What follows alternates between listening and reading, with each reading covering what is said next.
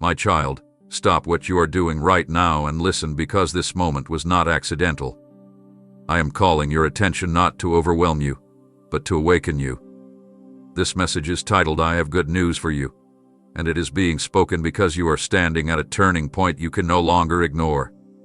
What you've been carrying, questioning, and quietly enduring has reached a moment of revelation. So your thoughts. Open your heart.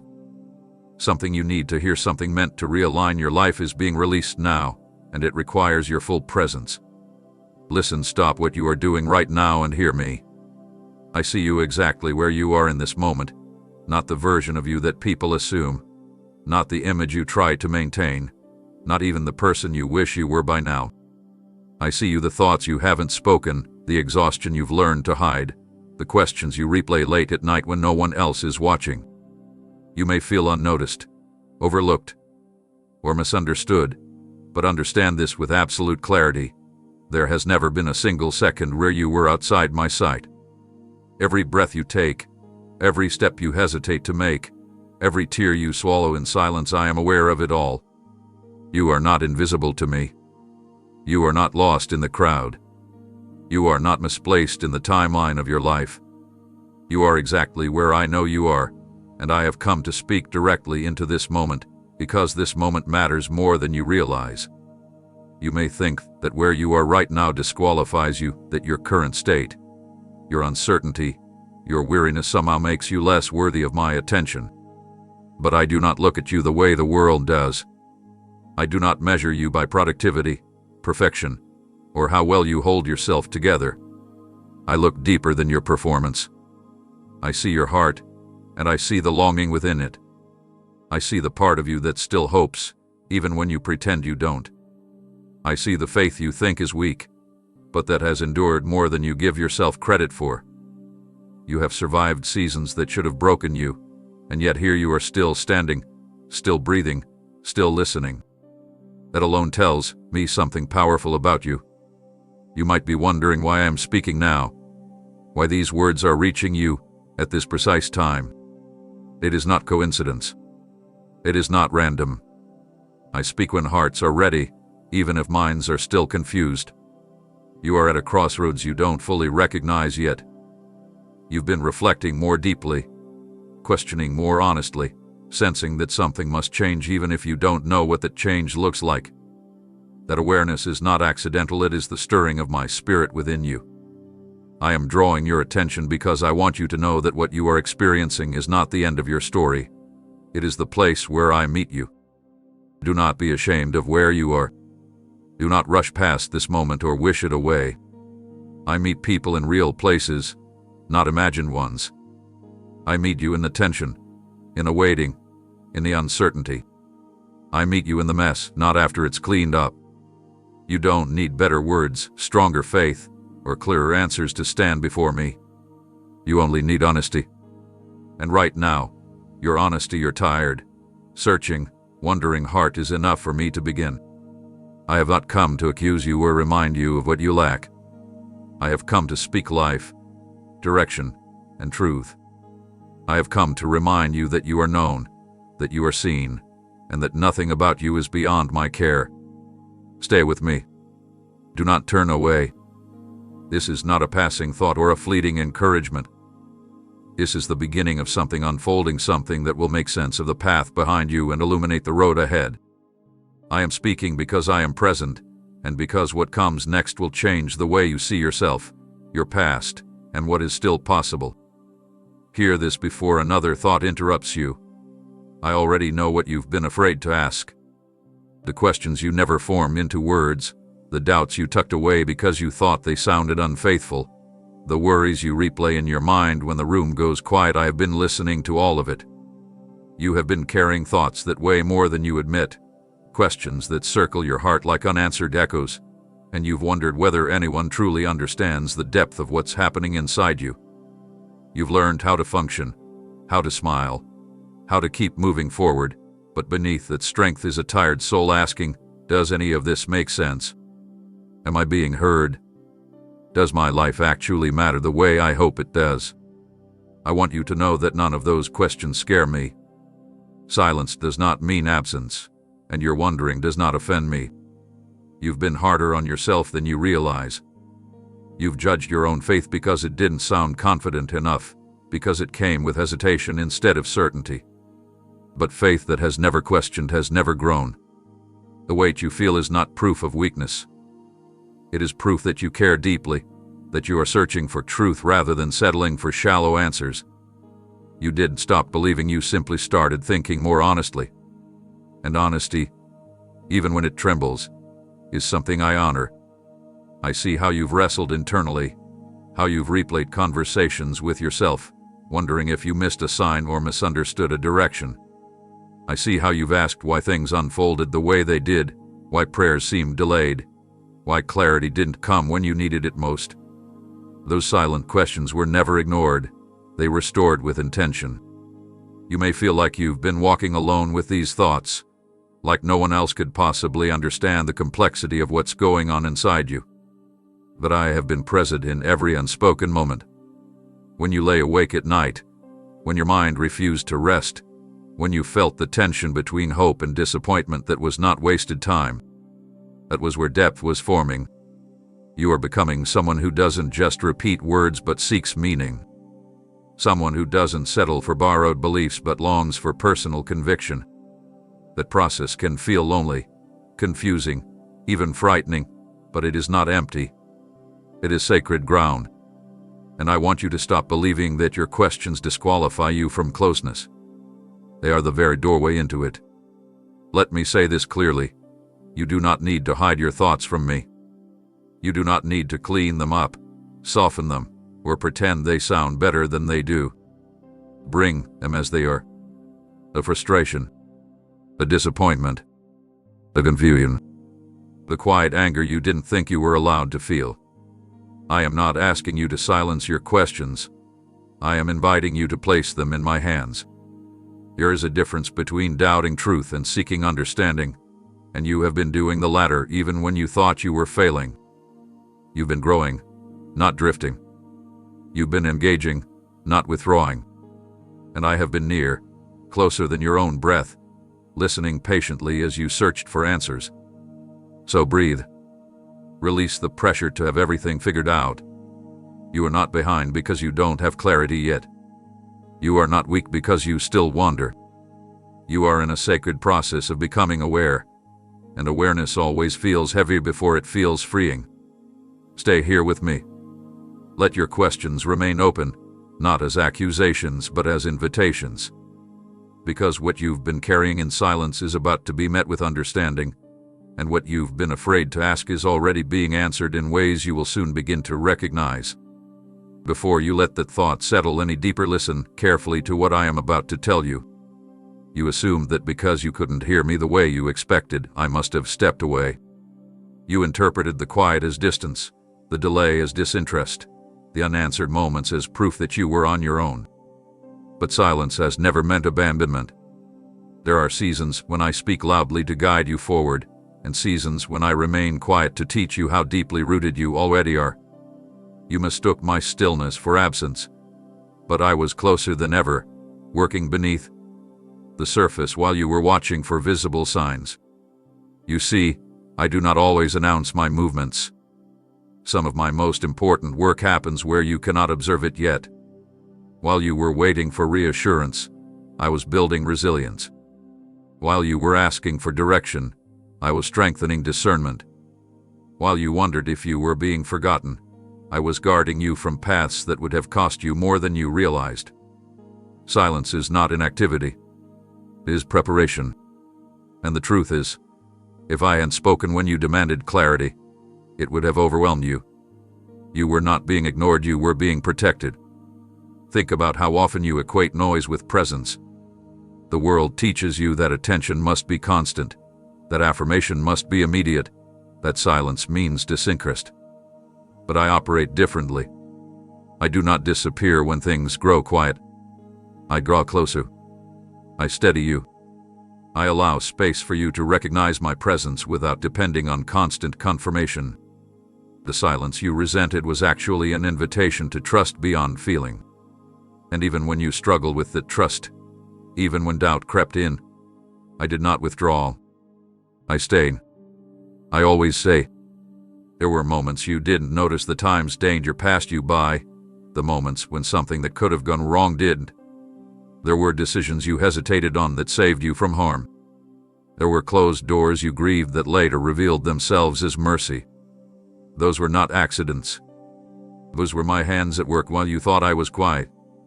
I was guiding without drawing attention to myself, because sometimes growth happens best when you learn to walk without leaning entirely on signs and sensations. I know how unsettling it felt to not hear what you wanted to hear. I know how tempting it was to fill the silence with assumptions, to tell yourself stories about being overlooked or set aside. But those stories were never true. You were never forgotten. You were never placed on hold. You were being refined, strengthened, quietly prepared for what required more than surface-level faith. You are not meant to depend only on what you can hear or feel. You are meant to grow into someone who trusts my presence even in the quiet. So let this settle in you now. The silence did not mean I left. It meant I was working in ways that words could not accomplish. It meant I was anchoring you more deeply than reassurance ever could. And as you continue forward, you will begin to recognize that those quiet seasons were not empty gaps in your story, they were the foundation. Stay attentive. Stay open. The clarity you seek is closer than you think, and when it comes, you will understand why the silence had to last exactly as long as it did.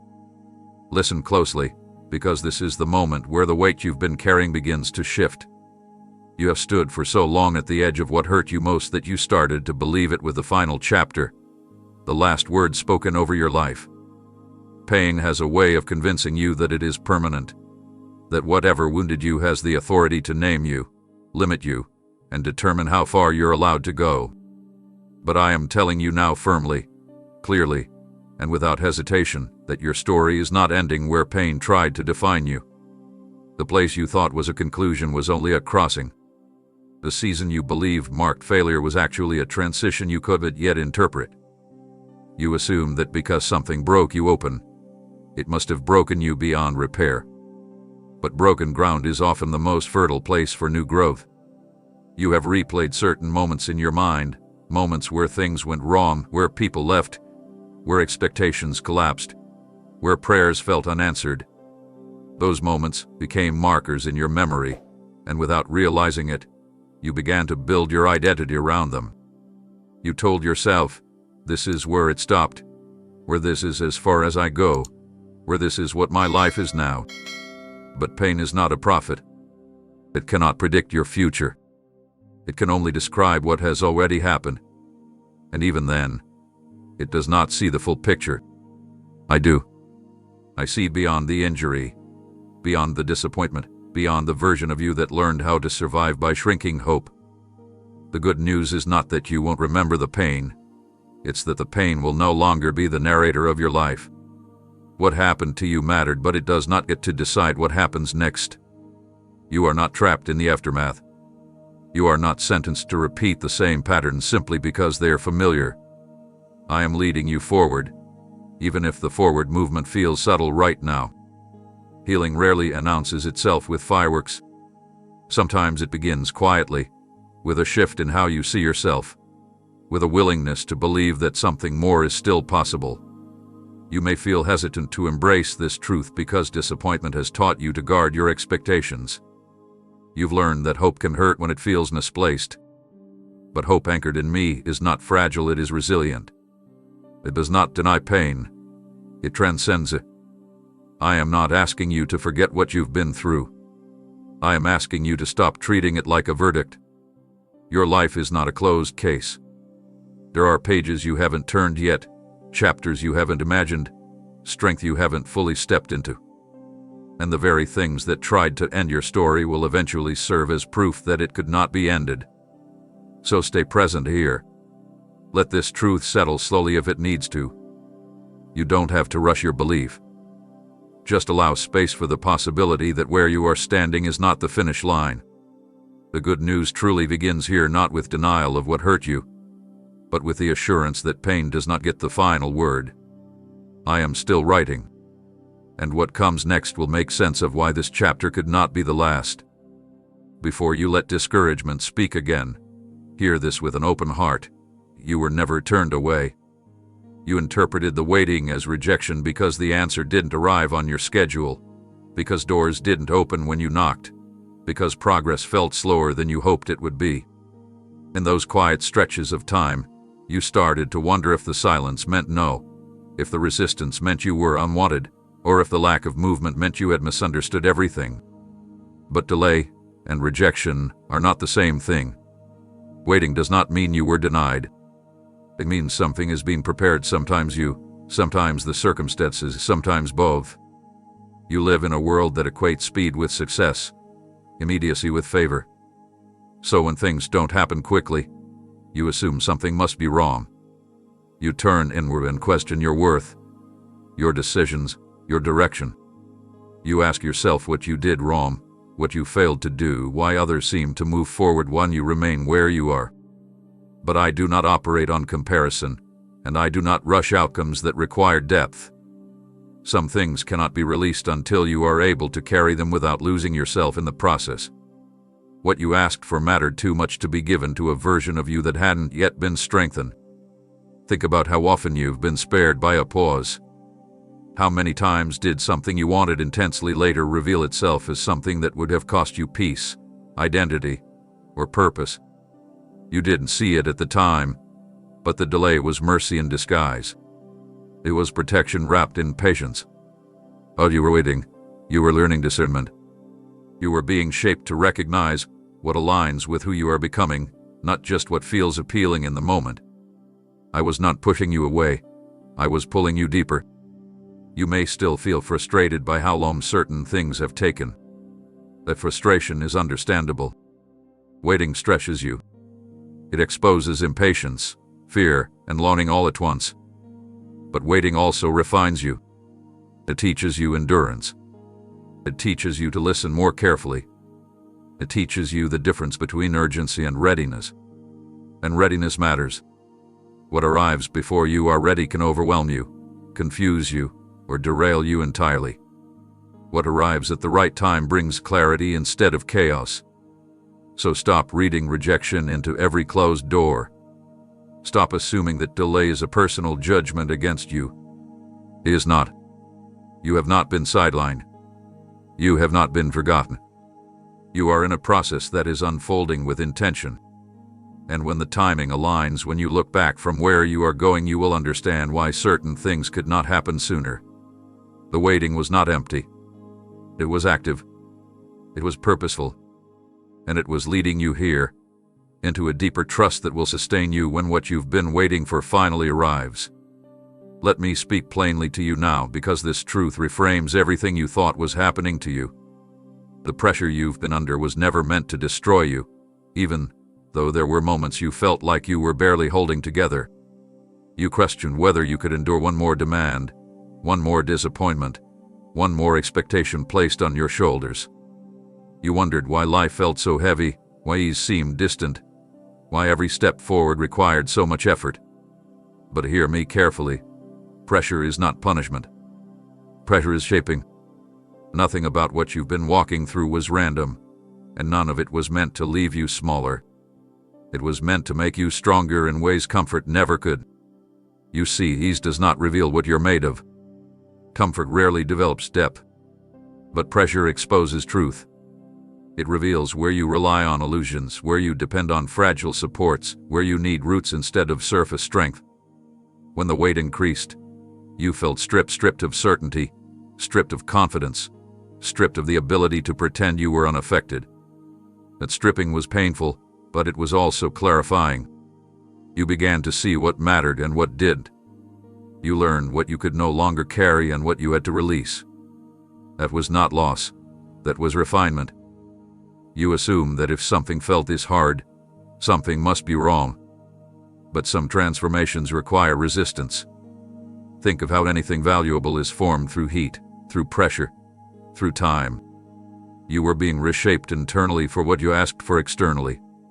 The version of you that began this journey could not have sustained what is coming next.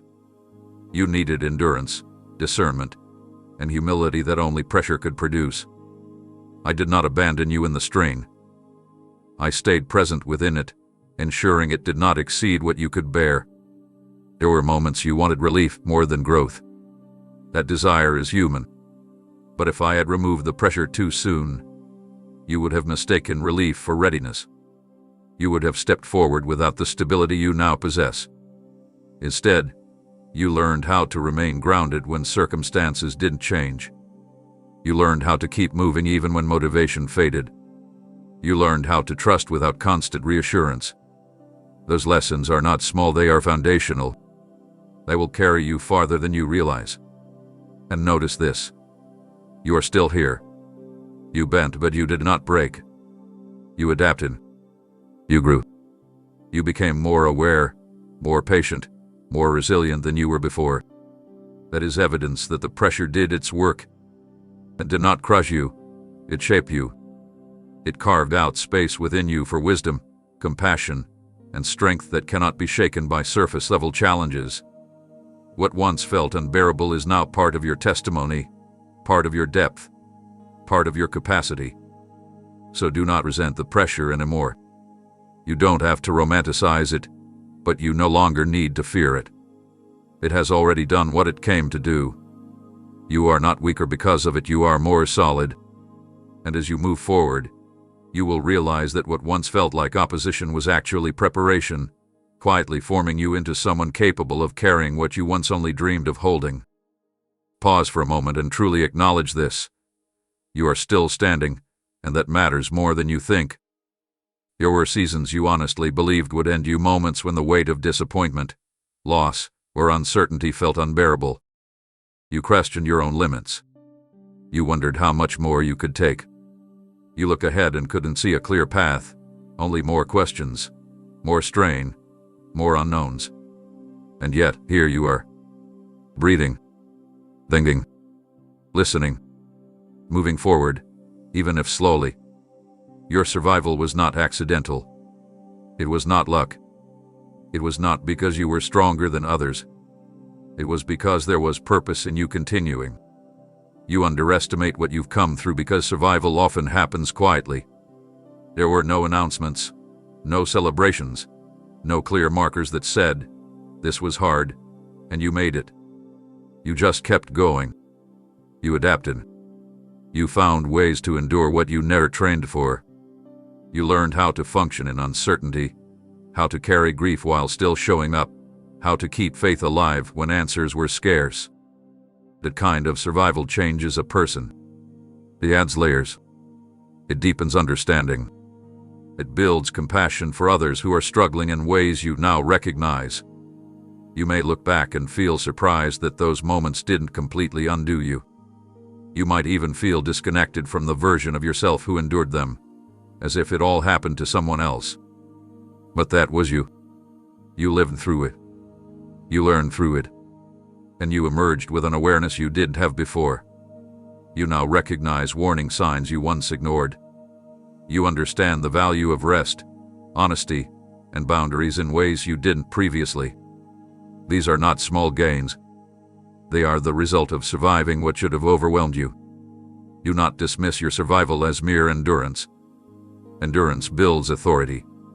When you speak now, your words carry weight because they come from experience, not theory.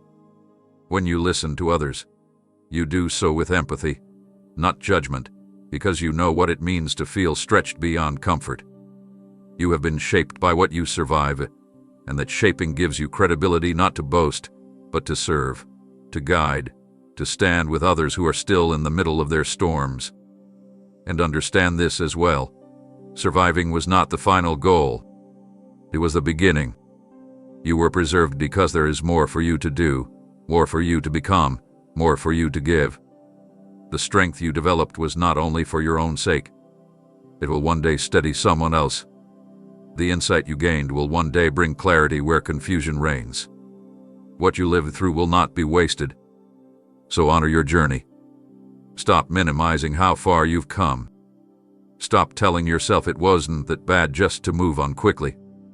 You don't need to stay in the past, but you are allowed to recognize its impact. You survived for a reason, and that reason is unfolding even now. As you continue forward stronger, wiser, and more prepared than you ever thought you'd be. Listen to me now, because I am speaking to the places you learned to keep quiet. You became skilled at hiding what hurt you not because you were dishonest, but because you were trying to survive. You learned when to stay strong, when to stay silent, when to tell yourself it wasn't worth bringing up again. You learned how to function with wounds that never fully closed, how to keep moving even while something inside you ached. You convinced yourself that as long as you could still show up, still perform, still meet expectations, then the pain must be manageable. But what you managed was not healing, it was endurance. And endurance has a limit when wounds are ignored for too long. I see the injuries you normalized, the disappointments you told yourself were just life, the betrayals you reframed so you wouldn't have to feel the full weight of them, the moments when you swallowed your truth because it felt safer than risking rejection or conflict. Those wounds didn't disappear just because you stopped talking about them. They lingered beneath the surface, shaping how you trust, how you love, how you protect yourself. You may not always recognize their influence, but I do. And I am not here to shame you for how you coped. I am here to heal what you were never meant to carry alone. Healing is not exposure for the sake of pain. It is restoration for the sake of freedom. I am not ripping open old scars to wound you again. I am gently addressing what was left unattended so it no longer controls you quietly. You don't have to relive everything. You don't have to name every detail. Healing does not require re-traumatization. It requires honesty, patience, and willingness. And you are already demonstrating that willingness simply by staying present in this conversation. You may notice emotions surfacing unexpectedly, sadness without a clear trigger, irritation that feels out of proportion, weariness that rest alone doesn't fix. These are not signs of regression. They are signs that something buried is being touched with care. When wounds begin to heal, they often become sensitive before they become strong. That sensitivity is not weakness. It is awareness returning to places you once had to numb. I want you to understand this. You are not broken because you were hurt. You are not flawed because pain changed you. What you experienced required adaptation, and you adapted the best way you knew how at the time. And now, you are learning a new way, one that doesn't require constant guarding, one that doesn't rely on silence to feel safe. Healing will not erase your past, but it will loosen its grip. It will allow you to respond instead of react, to choose trust instead of fear, to feel without being overwhelmed. This process will be gradual. Some wounds heal quickly once acknowledged, others require time and gentleness. Do not rush yourself. Do not judge your progress by how calm you appear on the outside. Healing is happening even when it feels slow. Each moment of honesty, each boundary you honor, each time you choose rest over self-neglect, you are participating in that healing. Stay with me in this. You don't need to hide anymore. You don't need to minimize what hurt you to be acceptable. I am not threatened by your pain. I am committed to your wholeness. And as these wounds heal, you will notice a quiet strength emerging, not the kind that pretends nothing hurts, but the kind that knows how to live fully without fear of being undone by the past. Now hear this clearly, because guilt has spoken loudly in your mind for far too long. You have replayed moments you wish you could redo, words you wish you had chosen differently, decisions you wish you had delayed or avoided entirely. You have carried responsibility for outcomes that were never fully yours, and you've punished yourself internally for not knowing then what you know now. Guilt became a quiet companion, reminding you of what you think you should have done better, been wiser about, or recognized sooner. But guilt that never leads to growth only leads to stagnation, and you were not created to live trapped in mental loops of self-accusation. There is a difference between accountability and self-condemnation. Accountability teaches. Condemnation paralyzes.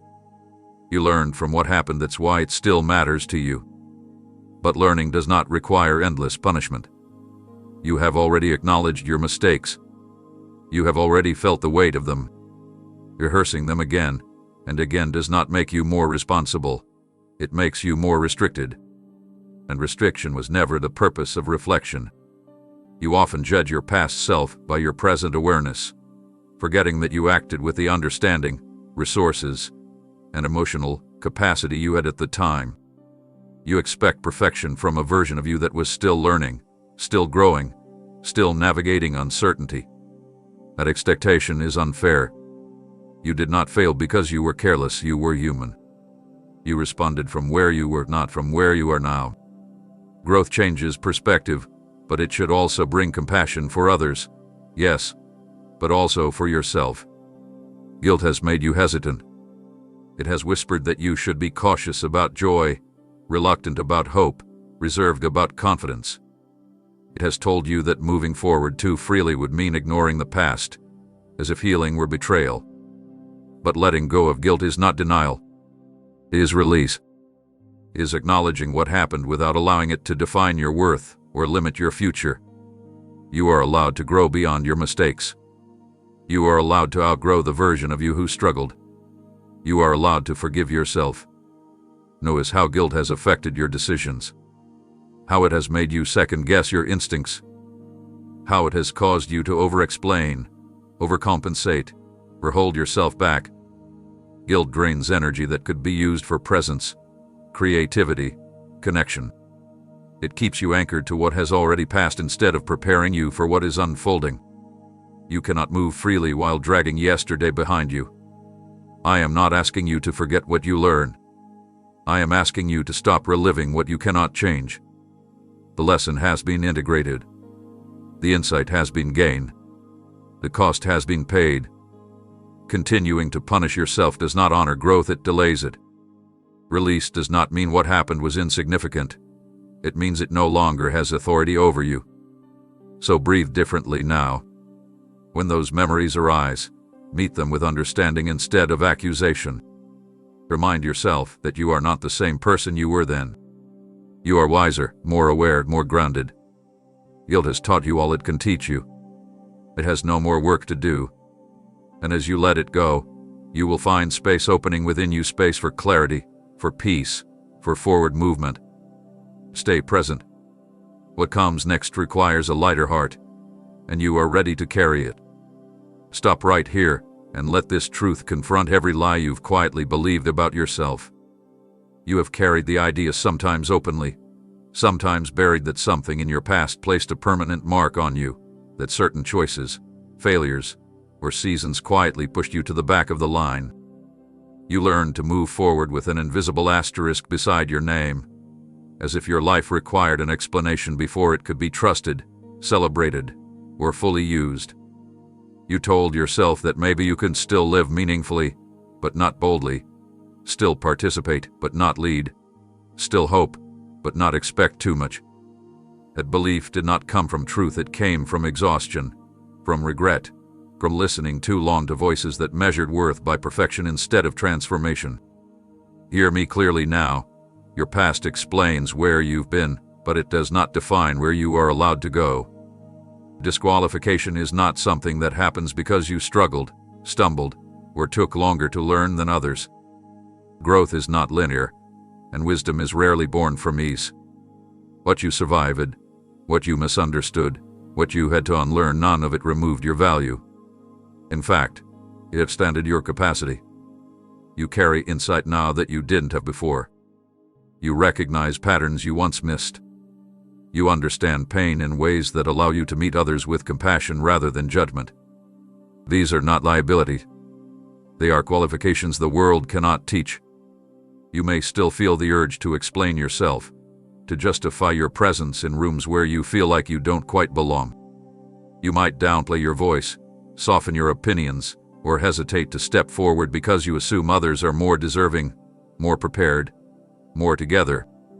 But that assumption keeps you from fully inhabiting who you are now. You are not being invited forward because you have a flawless record. You are being invited because you have lived, learned, and grown. Integrity is not the absence of mistakes, it is the presence of humility and the willingness to change. There is nothing noble about staying small to punish yourself for what you've already faced.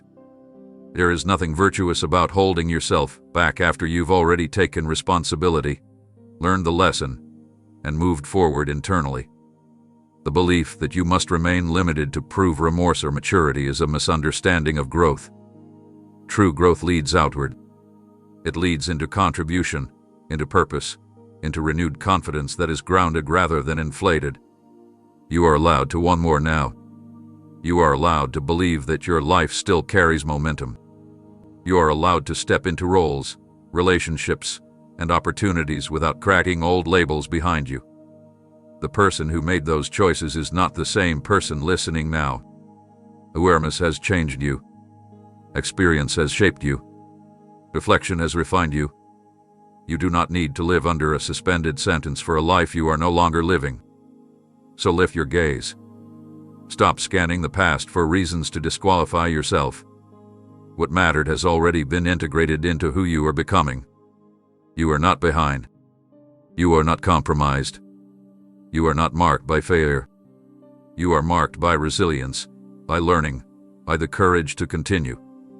The good news does not bypass your past, it redeems it by refusing to let it have the final word as you move forward into what is still unfolding. Pay attention now, because this is where something quietly powerful begins to shift inside you. Shame has been a subtle editor in your life, crossing out parts of you that once felt vibrant, confident, or expressive.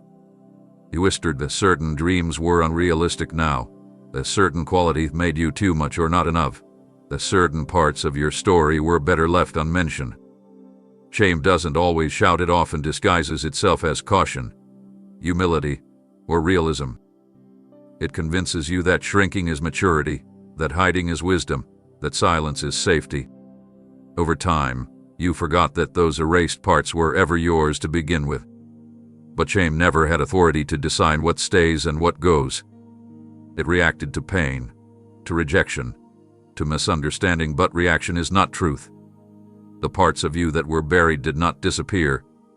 They waited. They adapted. They learned how to survive underground. And now, they are ready to be rewritten not as they were before, but as they are now, shaped by experience rather than silenced by it. You may notice moments when confidence tries to rise, only to be interrupted by an old voice reminding you of what went wrong before. That voice tells you to be careful, to temper your excitement, to stay realistic. But caution rooted in shame limits growth. You are not being reckless by reclaiming your voice. You are not being arrogant by trusting yourself again. You are not being naive by allowing hope to return. You are being honest about who you are becoming. Shame made you believe that visibility was dangerous, that being seen would invite judgment or disappointment. It taught you to hide behind competence, behind humor, behind emotional distance. It convinced you that worth had to be earned repeatedly, that acceptance was conditional. But rewriting does not mean pretending those experiences didn't happen. It means refusing to let them dictate how you live now. It means choosing expression over suppression, presence over avoidance, authenticity over performance. As this rewriting unfolds, you may feel both excitement and fear. That's natural. When something long silence begins to speak again, it can feel unfamiliar, even risky. But growth often feels risky to parts of you that learn safety through invisibility. Trust that discomfort here is not danger, it is adjustment. You are learning how to occupy space again, how to speak with clarity, how to exist without apology for your depth or your desire. Confidence will return differently than before. It will be quieter, steadier, less dependent on approval. It will be grounded in self-awareness rather than comparison. You won't need to prove yourself constantly because you will know who you are. That confidence cannot be easily shaken because it is rooted in truth, not image. So let the rewriting continue. Let erased dreams resurface with new perspective. Let your voice find its tone again. Let your presence expand without fear. Shame tried to reduce you to what went wrong, but you are more than a moment, more than a mistake, more than a memory.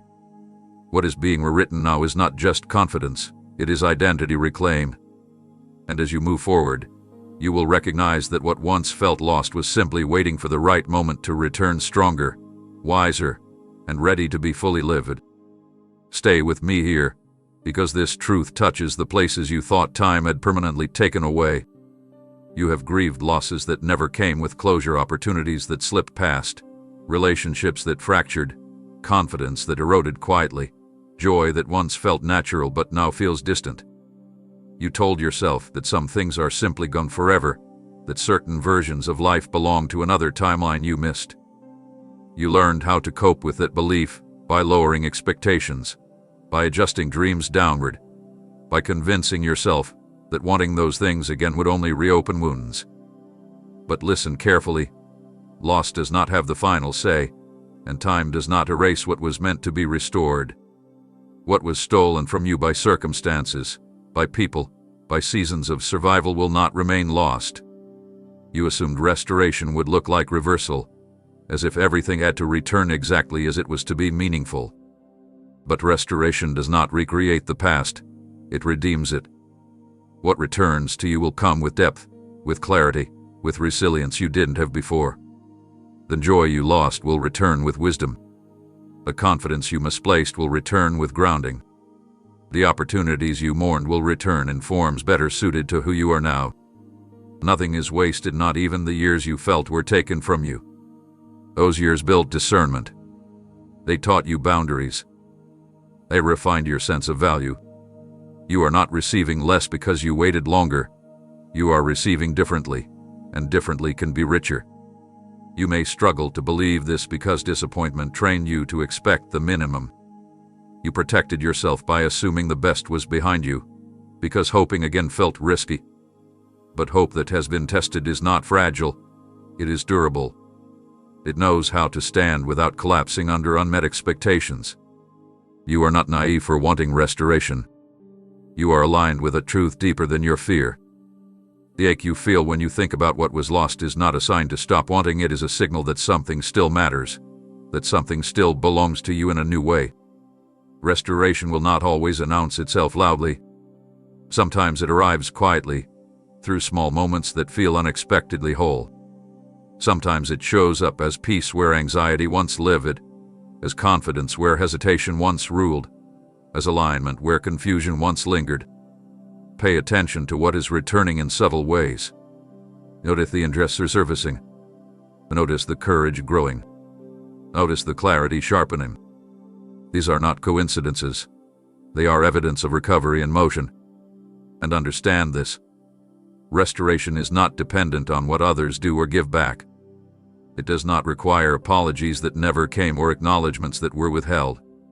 Restoration comes from reclaiming what is yours internally, your agency, your voice, your capacity to choose again. When those return, everything else begins to follow. You stop living as someone recovering from loss and start living as someone stepping into abundance shaped by experience. So release the belief that what was taken defines the rest of your life. Release the idea that you missed your chance. You did not. You were delayed, not denied. What is returning to you will not look exactly like what left, but it will fit you better. It will meet you where you are now.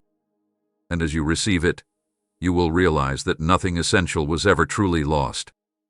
It was preserved, waiting for the moment you could carry it without fear. And now listen closely, because this is where quiet hope begins to move again. You stopped praying for certain things not because you stopped wanting them, but because you grew tired of hoping. You learned how to protect your heart by lowering your expectations, by telling yourself you were being realistic, by convincing yourself that some doors were simply not meant for you. You didn't lose faith, you redirected it toward survival. You focused on getting through days instead of imagining new possibilities. But doors do not close permanently just because you stopped knocking. Some doors wait for the right alignment, not relentless asking. And right now, alignment is shifting. You assumed that unanswered prayers meant those desires were misplaced. You questioned whether you were asking for too much, whether your dreams were too specific, too bold, too late. But your desires were never the problem. Timing was. Readiness was. Perspective was. You are not the same person who first asked. You have grown steadier, clearer, more discerning. You are no longer chasing outcomes to feel complete. You are choosing paths that align with who you are becoming. That change matters. Doors open differently when intention matures. You may begin to notice opportunities that feel oddly familiar, as if they echo something you once imagined but dismissed. You may find yourself drawn toward spaces you previously felt unqualified for, now sensing a quiet confidence instead of fear. This is not coincidence. It is movement. Doors do not always look like dramatic entrances. Sometimes they appear as conversations, invitations, realizations, or subtle shifts in circumstance. Do not overlook small openings because you are waiting for something grand. Small openings lead to larger ones when you step through them with intention. Fear will try to remind you of past disappointments, to caution you against hoping too much. But fear speaks from memory, not from possibility. You are not being asked to rush forward blindly. You are being invited to respond attentively. Notice what feels aligned rather than urgent. Notice what brings peace rather than pressure. Open doors do not always feel easy, but they feel right. They resonate. They make sense even when they stretch you. You stopped praying for some things because you didn't want to be disappointed again. That restraints serve you for a season. They help you heal. But you are not meant to live permanently in protection mode. Life expands when you allow it to. Doors opening now are not reopening old wounds. They are offering new expressions of the same longings, expressions shaped by wisdom instead of desperation. So when something presents itself, don't dismiss it immediately. Don't assume it's too good, too light, or not for you. Pause. Listen. Feel. Ask yourself whether this aligns with the person you are now, not the person you were when you first hoped for it. You will recognize the difference. What opens now will not require you to abandon yourself to enter. It will invite you to bring your full, grounded self forward. Stay present. Stay receptive. Doors you stopped praying for are opening not because you begged harder, but because you are ready to walk through them without losing yourself. Feel this shift before you try to explain it, because something has already begun to move beneath your feet. You have lived in waiting so long that it became familiar, almost normal, like a background noise you stopped questioning. You learned how to manage expectations, how to stay patient, how to endure without clarity. You told yourself that waiting was just part of who you were now, that movement belonged to other people, other timelines, other lives. But waiting was never meant to be your permanent address. It was a passage. And passages, by design, lead somewhere. What you are sensing now, the restlessness, the subtle urgency, the feeling that something is about to change, is not imagination. It is transition. Waiting taught you things that motion could not. It trained your perception. It sharpened your discernment. It exposed false attachments and forced you to confront what you truly value. You learned how to listen, how to sit with uncertainty, how to remain grounded without constant reassurance. That work is not undone just because the season is shifting. It becomes the foundation for what comes next. You are not stepping forward empty-handed. You are stepping forward equipped, even if you don't yet recognize all the tools you carry. You may still feel cautious, because waiting can make movement feel suspicious. When you've been still for a long time, any change can feel destabilizing.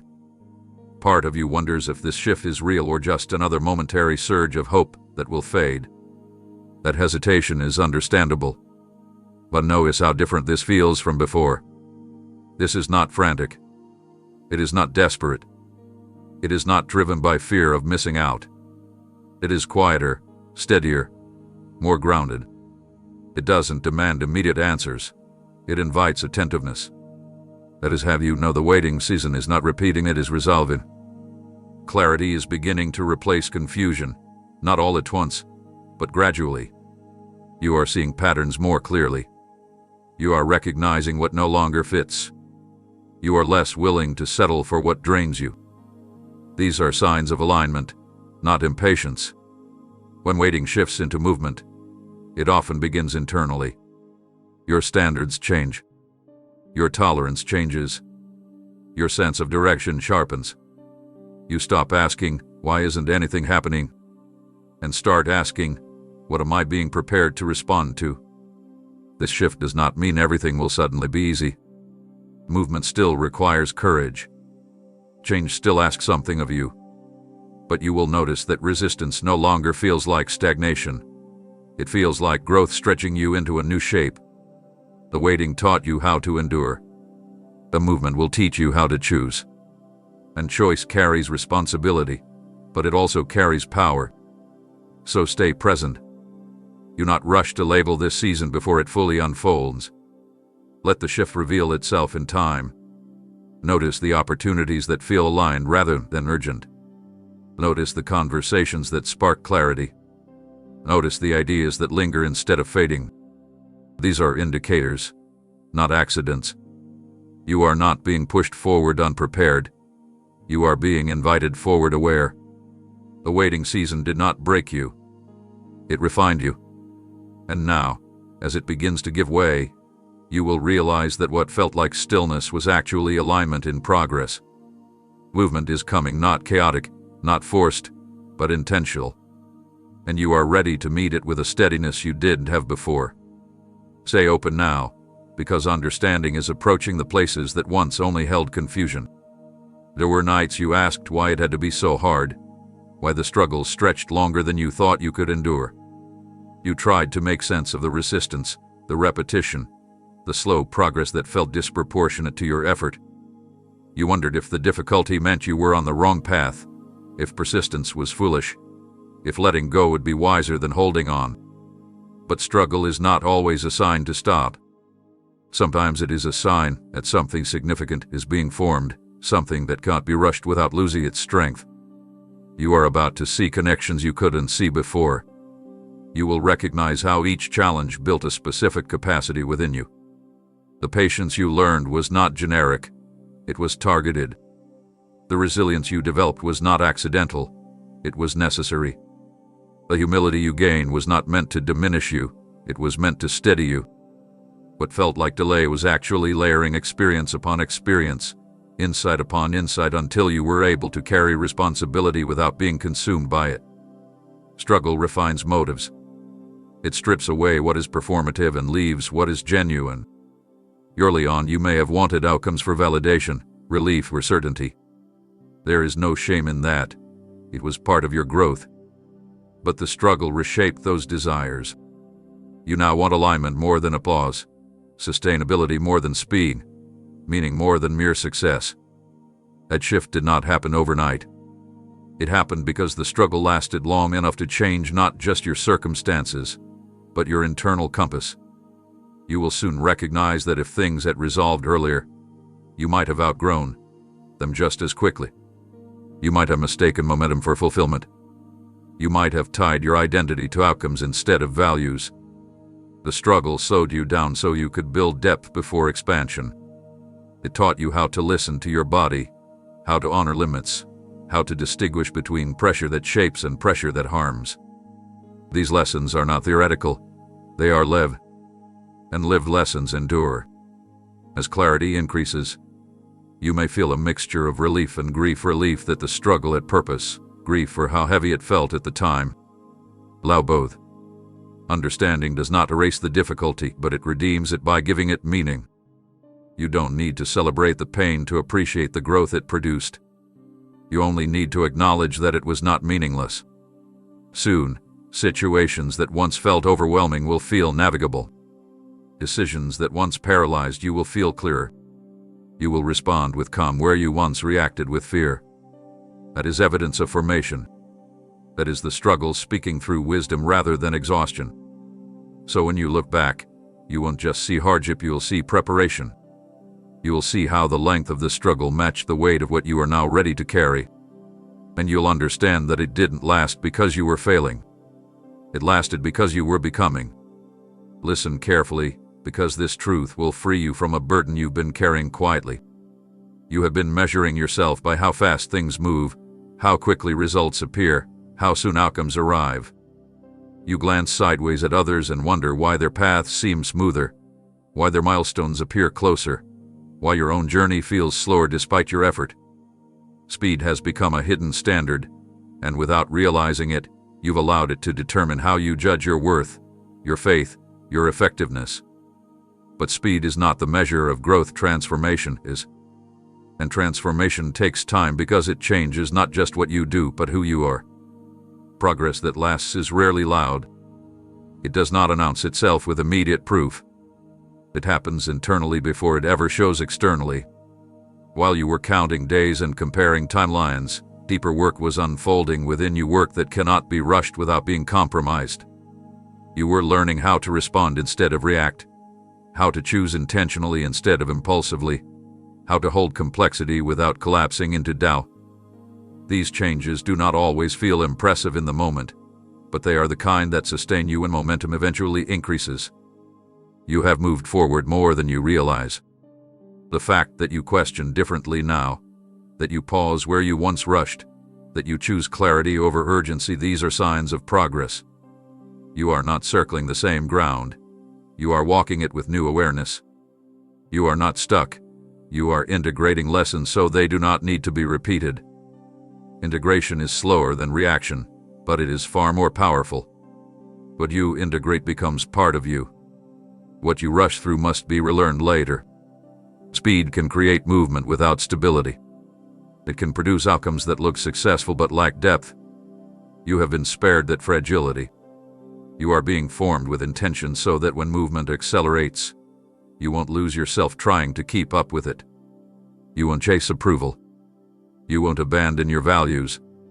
You won't confuse motion with meaning. That steadiness is not accidental, it is earned through patience, reflection, and courage to continue without immediate reward. That is how your definition of success has shifted. You now value alignment over applause, peace over pressure, sustainability over short-lived wins. That shift did not come from speed. It came from maturity.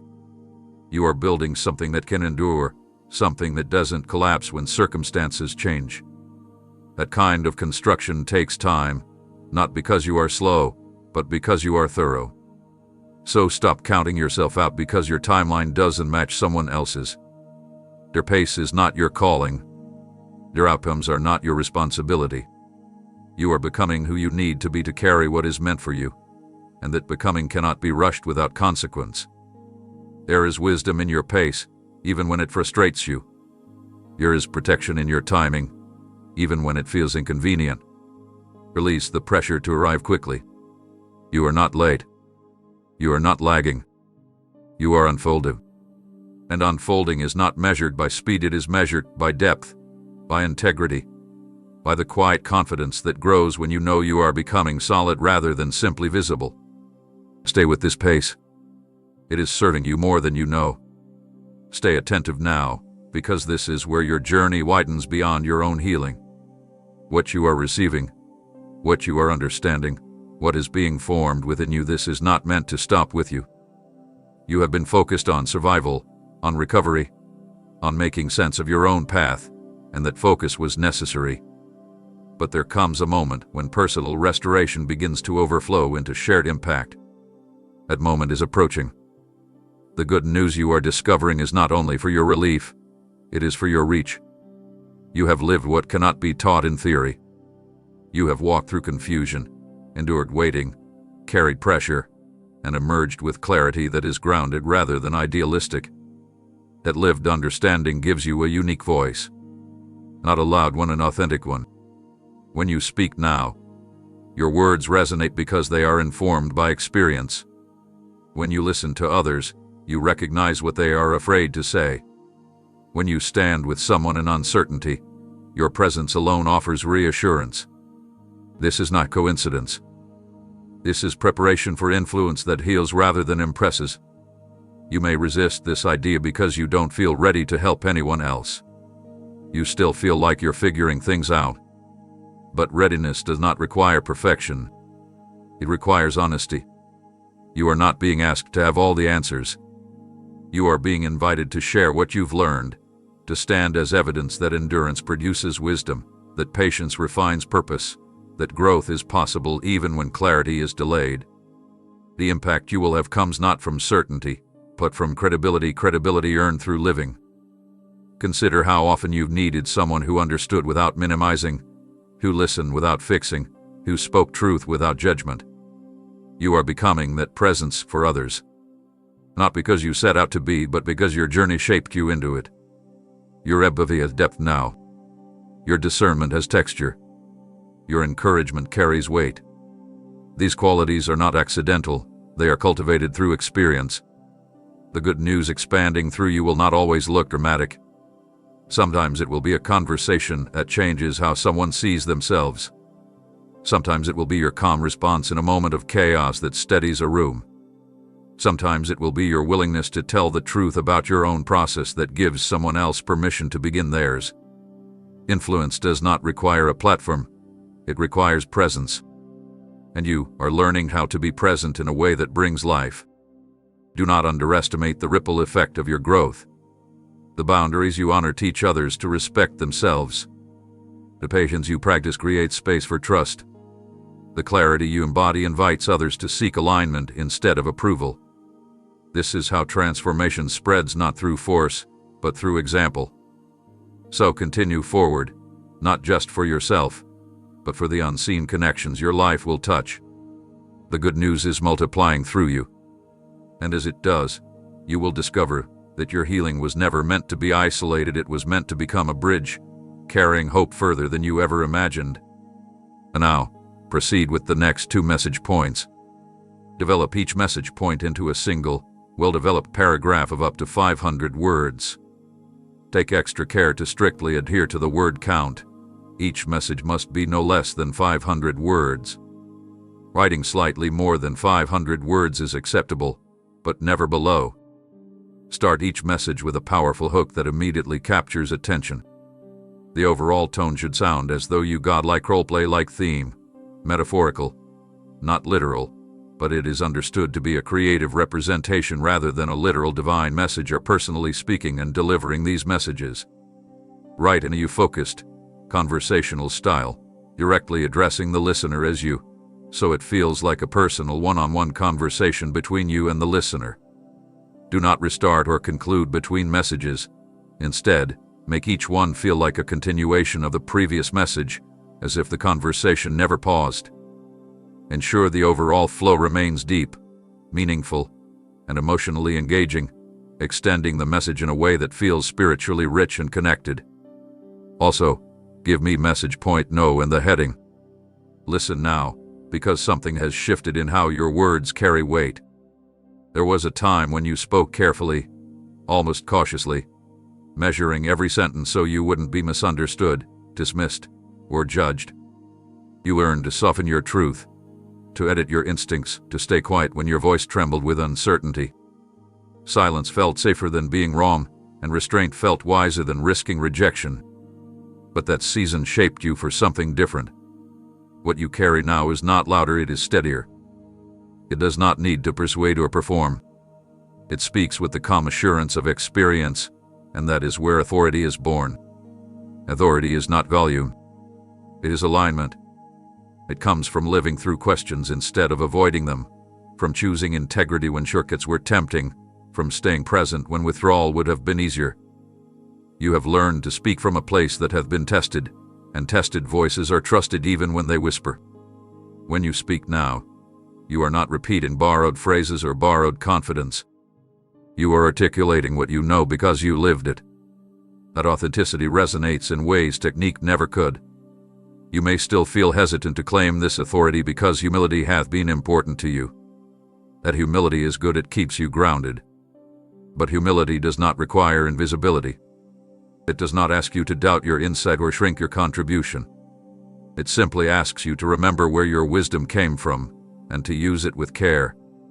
The authority being placed in your voice is not for control, it is for clarity.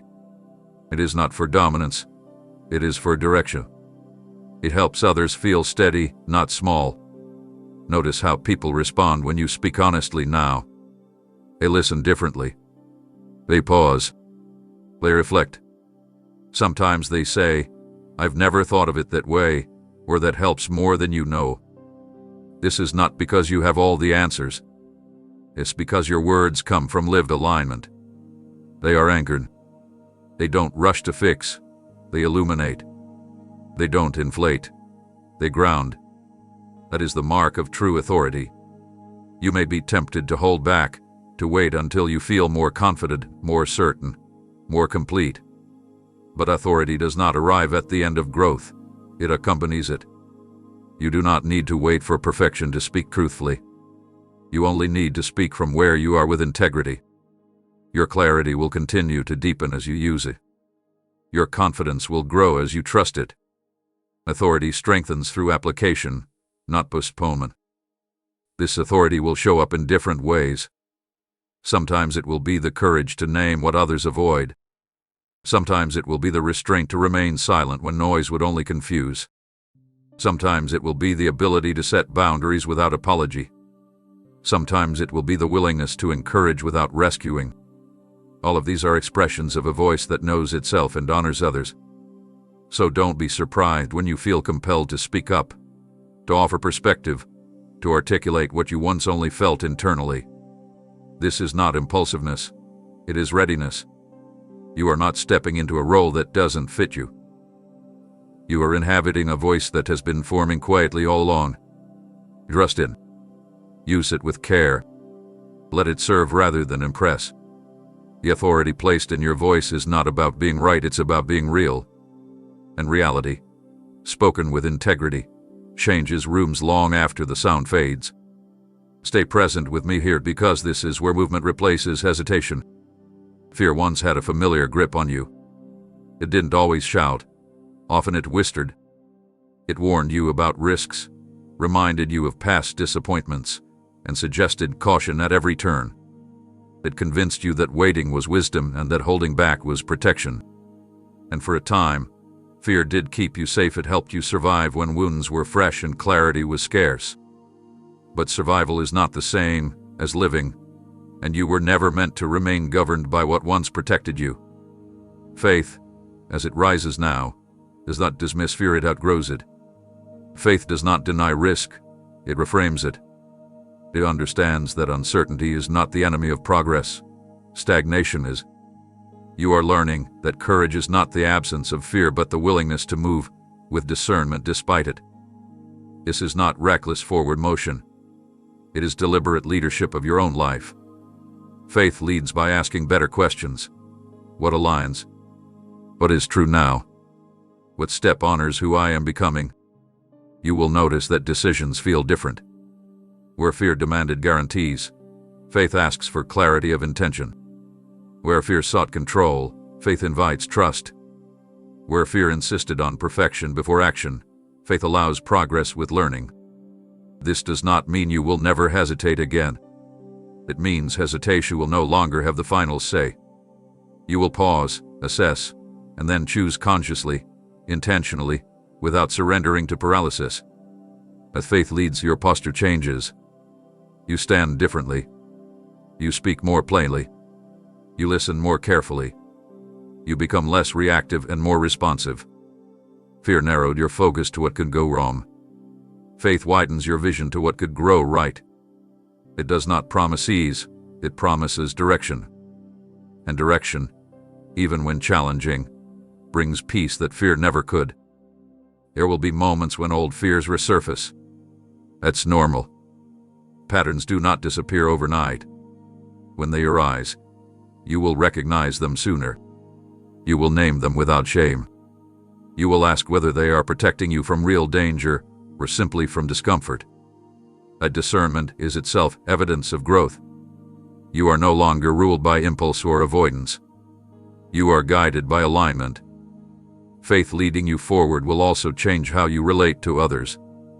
You will stop seeking constant validation and start valuing resonance. You will choose relationships that support growth rather than reinforce caution. You will say yes more freely where alignment exists and no more clearly where it doesn't. These choices will feel empowering, not isolating, because they are rooted in self-respect rather than fear of loss. Do not confuse this leadership with pressure to perform. Faith does not demand constant movement. It invites timely action. Sometimes faith will lead you to step forward. Sometimes it will lead you to rest. Sometimes it will guide you to speak. Sometimes it will guide you to way. The difference now is that fear no longer decides, faith discerns. So, as you move ahead, trust the steadiness you feel beneath the nerves. Trust the clarity that follows reflection. Trust the quiet confidence that doesn't need approval to proceed. Where fear once silenced you, faith is giving you a path one step at a time, grounded, intentional, and true to who you are becoming. Let this truth interrupt every anxious calculation you've been making about your life. You have been quietly measuring yourself against invisible clocks, milestones you thought you should have reached by now, timelines you assumed were fixed, expectations shaped by other people's paths rather than your own becoming. You told yourself that if certain things hadn't happened yet, something must be wrong with you. You wondered whether you missed your moment, whether opportunities passed you by while you were still learning lessons you never asked for. But hear me clearly. You are not late, you are not behind, and you have never been forgotten. Timing is not a race you are losing. It is a rhythm you are learning to recognize. The idea of being behind only exists when you believe there is a single correct pace for every life. But lives unfold according to complexity, not comparison. You have carried responsibilities others never had to consider. You have navigated internal battles no one else could see. You have paused to heal when others rushed ahead still bleeding. Those pauses were not detours. They were necessary recalibrations. You were not idle, you were integrating, strengthening, aligning. That work doesn't always show up on the surface, but it determines how sustainable your future will be. You have not been forgotten during quieter seasons. Quiet is not neglect. Quiet is often where the most careful work happens. Roots grow in darkness before anything breaks the surface. If everything had happened when you first wanted it to, you might have been visible sooner, but visibility without stability collapses. You were given time not to punish you, but to protect what you are becoming. You were allowed to mature internally so that when movement comes, it doesn't cost you your peace. You may still feel pressure when you look around and see others seemingly ahead, careers established, relationships settled, goals achieved. But you are seeing outcomes, not journeys. You don't see the compromises they made, the questions they bypassed, the healing they postponed. Their pace does not define your purpose. Your timing is tailored to your capacity, your calling, your character. And character takes time to form. There is a reason certain doors did not open sooner. There is a reason certain paths were delayed. You needed discernment you didn't yet have. You needed clarity that only came through experience.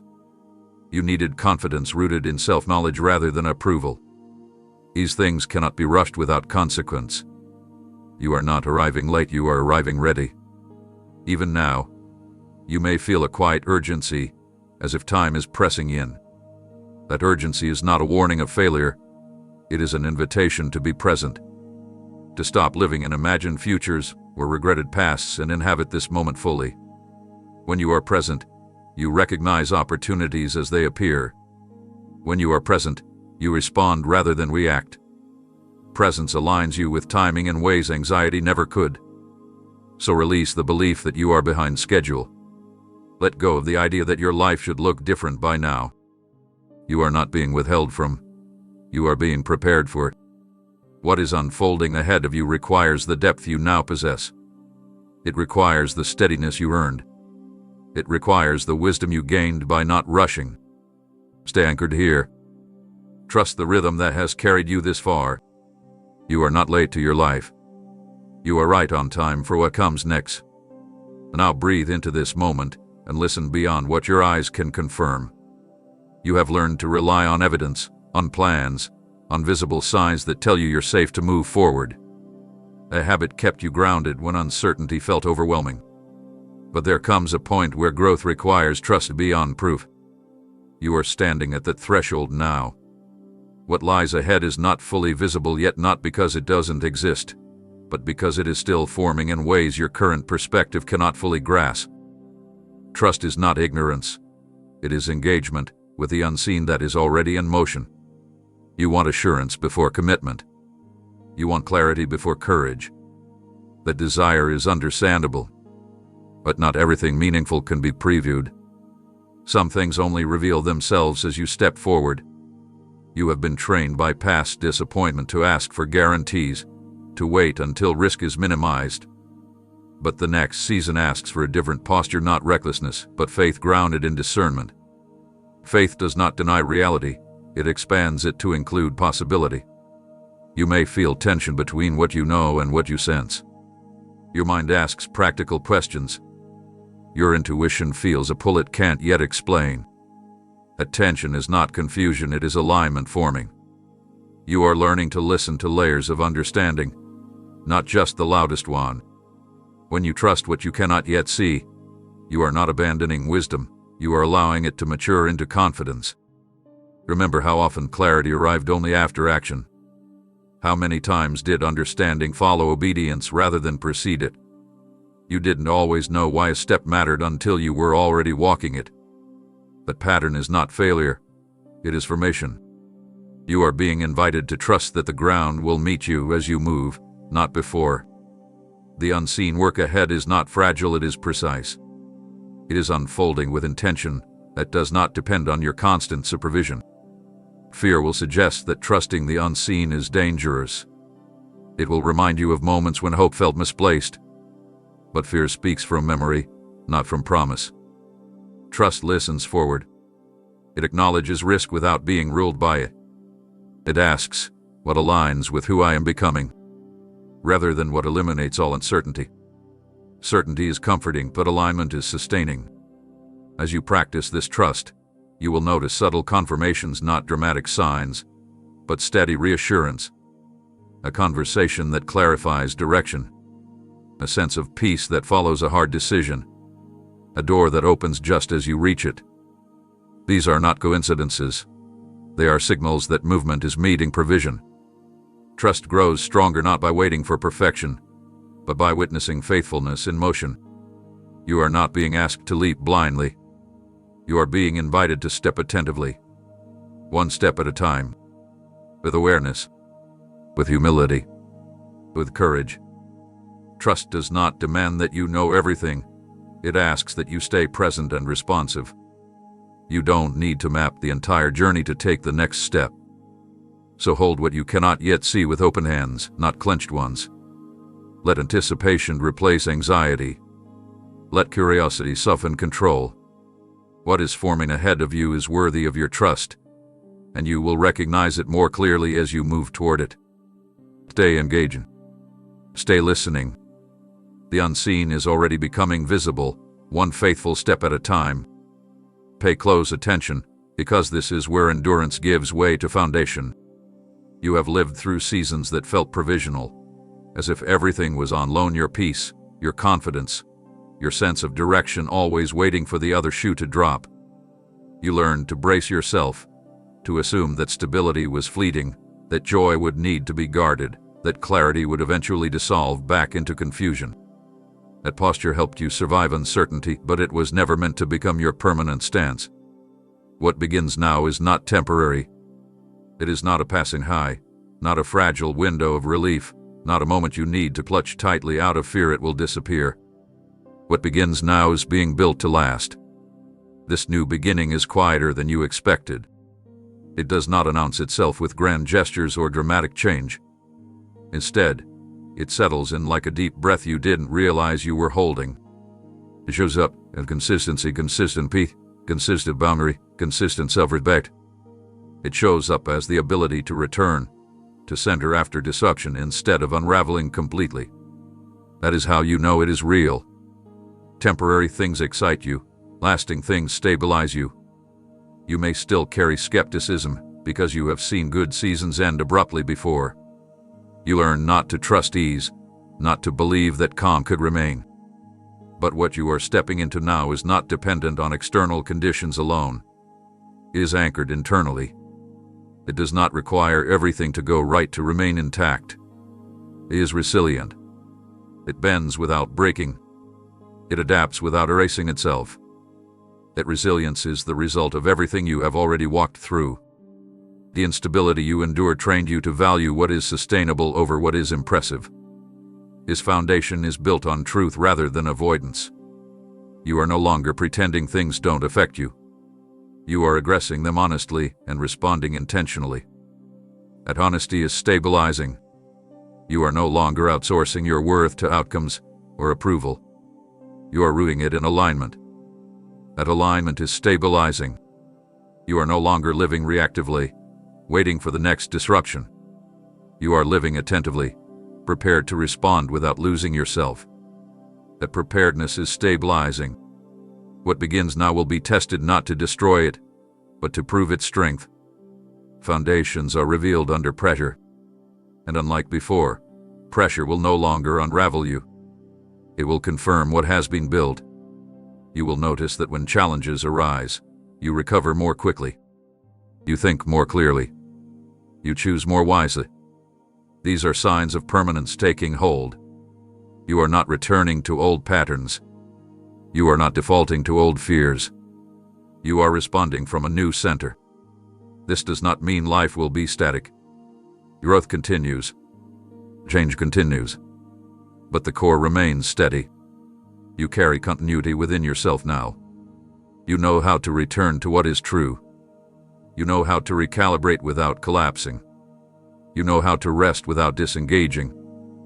These capacities make what begins now sustainable. So stop bracing for collapse.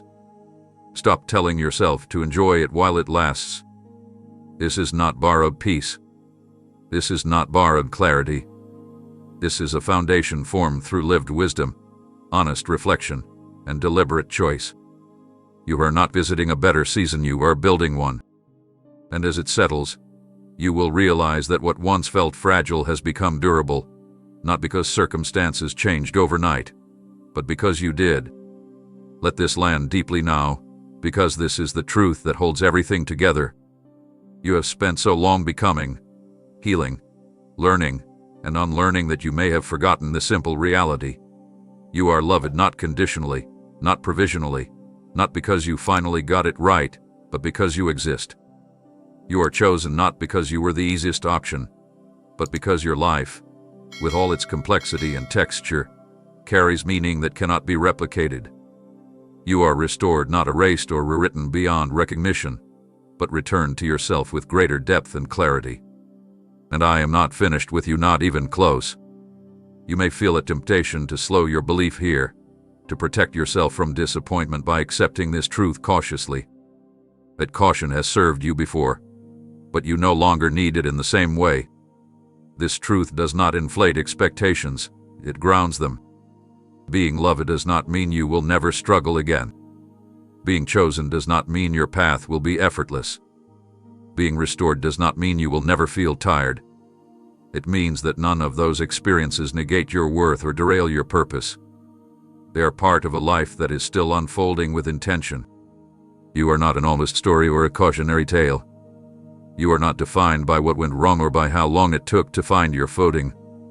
You are a living process, still in motion, still expanding, still discovering new layers of capacity. What you have lived through has not exhausted what is possible for you, it has prepared you to access it with wisdom. You are not starting over from nothing. You are continuing from experience. There is more for you to contribute, not because you owe the world something, but because you have something meaningful to offer. There are conversations you haven't had yet that will matter deeply. There are choices you haven't made yet that will redirect lives, including your own. There are expressions of who you are that haven't fully emerged yet, not because you were held back, but because timing matters. Becoming takes time, and you are right on time. You may still feel moments of doubt, moments where old narratives try to reassert themselves. When they do, return to this truth. You are not abandoned. You are not overlooked. You are not finished. Growth does not end with clarity. It deepens with purpose. Healing does not end with relief. It expands into contribution. Awareness does not end with understanding. It moves into action. So stand here now, not at the end, but at a threshold. What comes next is not a conclusion, it is continuation. You will keep learning. You will keep refining. You will keep discovering what you are capable of when you move from alignment rather than fear. The journey ahead will ask things of you, but it will also give to you meaning, connection, resonance, depth. Carry this truth forward with you. You are loved beyond measurement, chosen with intention, restored with care, and still unfolding. There is more ahead, not because what came before was lacking, but because your story is still alive, still breathing, still becoming. And what is becoming has only just begun to reveal its full shape. Amen.